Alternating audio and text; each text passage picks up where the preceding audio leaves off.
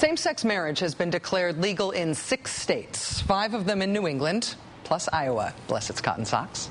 California also, for a time, issued marriage licenses to same-sex couples. But then, 50 weeks ago today, as progressives hailed the election of Barack Obama and a sweeping Democratic victory in the 2008 elections, conservatives' one bright spot for the evening was California's Proposition 8. Proposition 8 was an $83 million culture war, a ballot initiative that rescinded the existing rights of California's same-sex couples to get married. The California Supreme Court ultimately upheld Prop 8, and you may recall that driving infuriated proponents of same-sex marriage rights into California's streets. Well, today, an analogous ballot fight is underway in the great state of Maine, where the initiative to repeal existing same-sex marriage rights is called Question 1. A vote yes on Maine's Question 1 would be a vote to revoke the rights granted by Maine's marriage equality law. It was passed by the state legislature and signed earlier this year by the state's governor. The people leading the charge to revoke those rights are the same folks who worked to pass Proposition 8 in California. The Stand for Marriage campaign in Maine hired the exact same conservative anti-gay marriage PR company that ran the campaign in California. They're called Schubert Flint Public Affairs. And those professional PR guys trying to eliminate gay marriage rights in Maine like they did in California are using exactly the same campaign. Exactly. Watch closely and see if you can identify the similarities. It's already happened in Massachusetts. Gay marriage will be taught in our schools unless we vote yes on Proposition 8. Okay, that's California. Here's Maine. It's already happened in Massachusetts. Vote yes on Question 1 to prevent homosexual marriage from being taught in Maine schools. Do you think the anti-gay marriage people in Maine got their money's worth paying these PR guys for a whole new campaign? Yeah, they did change the actors, some of them. Right now in Maine, the latest poll numbers on Question 1 are dead even. The latest polling shows 48% of Mainers in favor of the measure and 48% opposed. Joining us now is Jesse Connolly. He's the campaign manager for the No on 1 campaign in Maine. Mr. Connolly, thanks very much for your time tonight. Hey, thank you, Rachel, for having me on. Is it right to characterize the anti-gay marriage campaign in Maine as a tactical rerun of Prop 8 in California? Yeah, Rachel, I think that we're seeing here in Maine some very similar tactics that were put out in California by the same PR firm that you mentioned. But I think Maine people are fair-minded people that will hopefully see through these attacks, and we feel really confident about where this campaign is headed as we head into the last 2 weeks. What are you doing differently in Maine from the folks who lost on Proposition 8 in California? I know that you've studied some of that campaign and the strategy on both sides.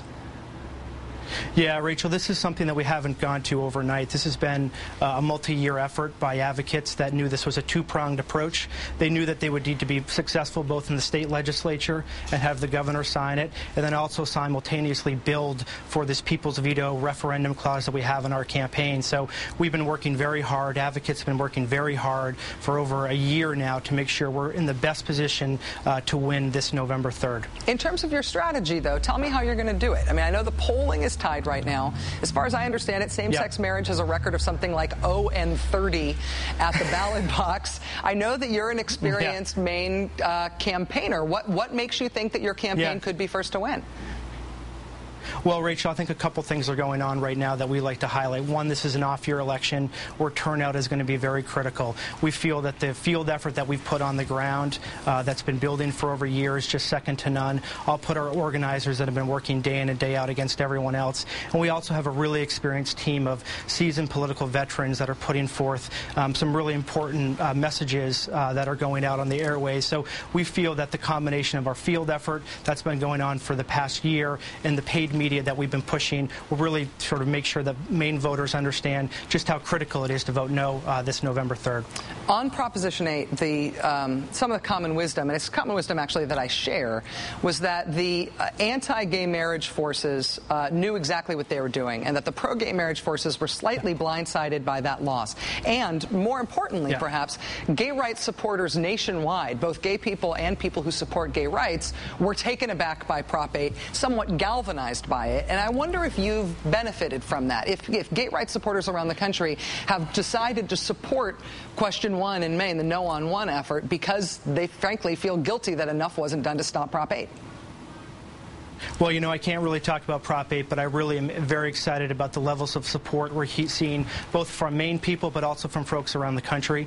They're donating their time. They're coming here on what we're calling a volunteer vacation to come and volunteer on this campaign, to do the hard work that we need to do in the field. And I think, Rachel, it's also critical that, you know, we've looked at the playbook of the other side. As you said in your opening, these are the exact same ads that are putting forth, and we think our ads that have been done by a great firm, McMahon Squire, really put these guys back in their box, and we're not going to let anything go unchallenged. We push back very hard. We push back very quickly. The combination of those ads along with our field effort is critical for our success, and we think we're going to be very, you know, hopefully be very successful this November 3rd. Jesse, one last question. I understand that the Catholic Church, particularly the Portland Diocese, has been played a major role on the other side, including sort of passing the collection plate for donations against gay marriage.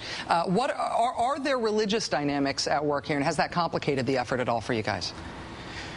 You know, there are, but I think they're on both sides of the issue. We have a very active Catholics for Marriage Equality effort that's going on in our campaign.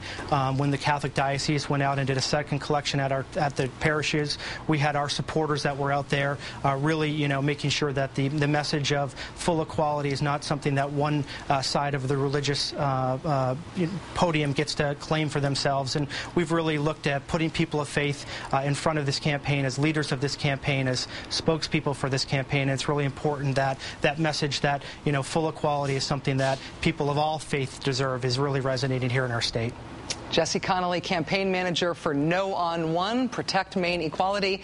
I can tell just from looking at those very sober, serious people behind you that this is it. You guys are waging a very serious effort there. So feel free to tell them that they can smile and laugh now that the segment's over. Thanks, Rachel. We'd love to have you come up in Maine as well. So thanks so much for having us. Thanks, Jesse. Appreciate it. Good luck to you.